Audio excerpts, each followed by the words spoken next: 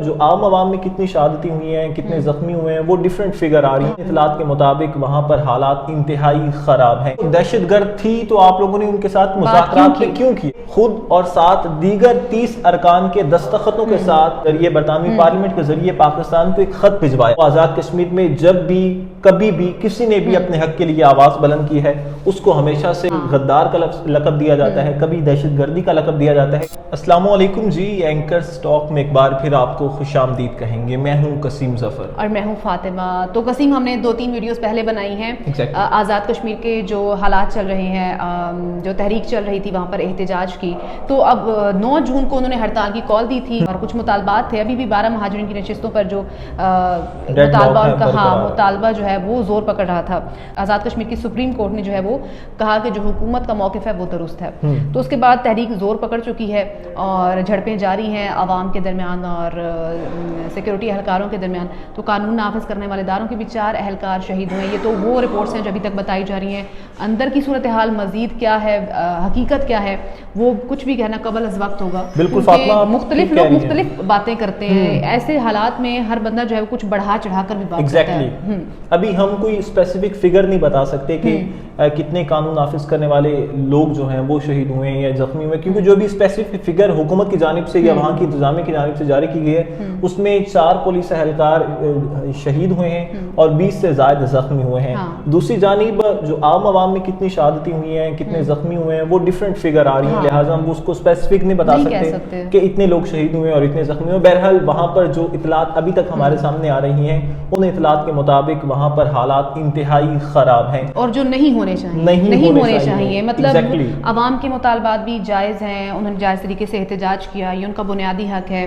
تو حکومت کو چاہیے کہ بیٹھ کر بات کریں، تسلی سے بات کریں اور یہ چیزیں سالو ہو سکتی ہیں، سارٹ آؤٹ ہو سکتی ہیں۔ دیکھیے فاطمہ، اگر آپ نے پچھلی ویڈیو میں بھی ہم بات کر چکے ہیں کہ 2025 میں جب حکومت کی جانب سے عوامی ایکشن کمیٹی کے ساتھ مذاکرات کیے گئے تھے، جس میں ہمارے یہاں سے پاکستان سے بھی کچھ وزراء گئے تھے، آزاد کشمیر کے وزیر اعظم تھے اور عوامی ایکشن کمیٹی کے کارکنان تھے، ان کے درمیان جو معاہدہ ہے وہ اب بھی موجود ہے، سوشل میڈیا پر کہیں آپ کو مل جائے گا۔ تو اگر وہ اب حکومت کہتی ہے جی یہ دہشت گرد تنظیم ہے، اس کو قلعدم قرار دیا گیا، مطلب دیکھیں نا، اگر وہ دہشت گرد تھی تو آپ لوگوں نے ان کے ساتھ مذاکرات کیوں کیے، اور اگر مذاکرات درست تھے تو پھر ان پر پابندی کیوں لگائی؟ یہاں پر سوال یہ ہے نا کہ اگر آپ سمجھتے ہیں کہ وہ دہشت گرد ہے تو یہ بات آپ کو 8 مہینے پہلے کیوں نہیں سمجھ میں آئی جب آپ ان کے ساتھ مذاکرات کے لیے بیٹھے؟ آپ لوگوں کو سمجھ نہیں آ رہی تھی کہ ہم یار یہ دہشت گرد ہیں، ہم دہشت گردوں کے ساتھ مذاکرات کریں؟ دہشت گردوں کے ساتھ تو مذاکرات نہیں ہوتے، ان کے ساتھ تو اسٹیٹ فائر جو بھی آپ سے کر رہے ہیں یہی آپ کو پہلے کرنا چاہیے۔ اس طرح کے مطالبات صرف کوئی ایسا نہیں ہے کہ پاکستان میں ہو رہا ہے یا آزاد جموں کشمیر میں ہو رہا ہے، یہ ہر ملک میں ہوتا ہے۔ عوام جو ہے وہ ان کا حق ہے، عوام کا حق ہوتا ہے مطالبات جو ہے وہ اس کا مطالبہ کرنا، ان کی کچھ جائز مطالبات ہوتے ہیں، ان کو کچھ بنیادی حقوق ہوتے ہیں۔ مہنگائی کی بات کر لیں تو ہم لوگ بھی تو مہنگائی کے خلاف بات کرتے ہیں، حکومت سے سب مطالبہ کرتے ہیں کہ مہنگائی کم ہونی چاہیے۔ تو یہ وہ جائز مطالبات ہیں جن کو بیٹھ کر سننا چاہیے، اس کو سوچنا چاہیے، اس پر کچھ ڈسکشن کرنی چاہیے، نہ کہ آپ عوام پر جو ہے وہ اس پہ پابندی لگا دیں کہ احتجاج جو ہے وہ جائز ہے ہی نہیں۔ تو یہ لمحہ فکریہ ہے حکومت کے لیے کہ اگر آپ اس طرح کا رویہ مزید برقرار رہا تو ملک میں امن و امان کبھی بھی نہیں آ سکتا، اور حکومت اور عوام کے درمیان جو ایک اعتماد کا رشتہ ہے نا وہ برقرار نہیں ہو سکتا، ختم ہو چکا ہے، تقریباً ہو چکا ہے۔ اب یہ بات آزاد کشمیر تک یا پاکستان تک محدود نہیں رہی، یہ بات اب برطانیہ تک پہنچ چکی ہے۔ برطانوی پارلیمنٹ میں جو عمران حسن ہے وہاں پر برطانیہ میں مقیم ہے اور وہ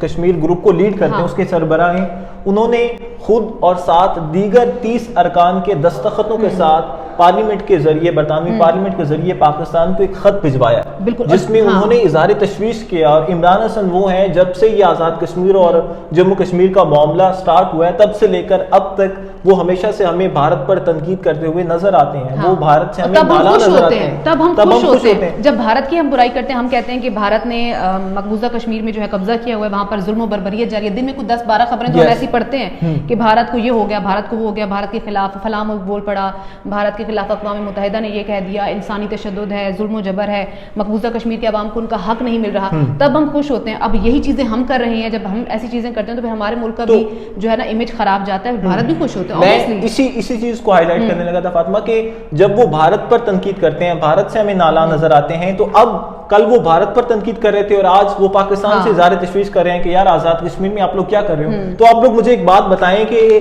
وہاں بھارت اور پاکستان میں پھر کیا ڈیفرنس رہ گیا؟ کوئی فرق نہیں.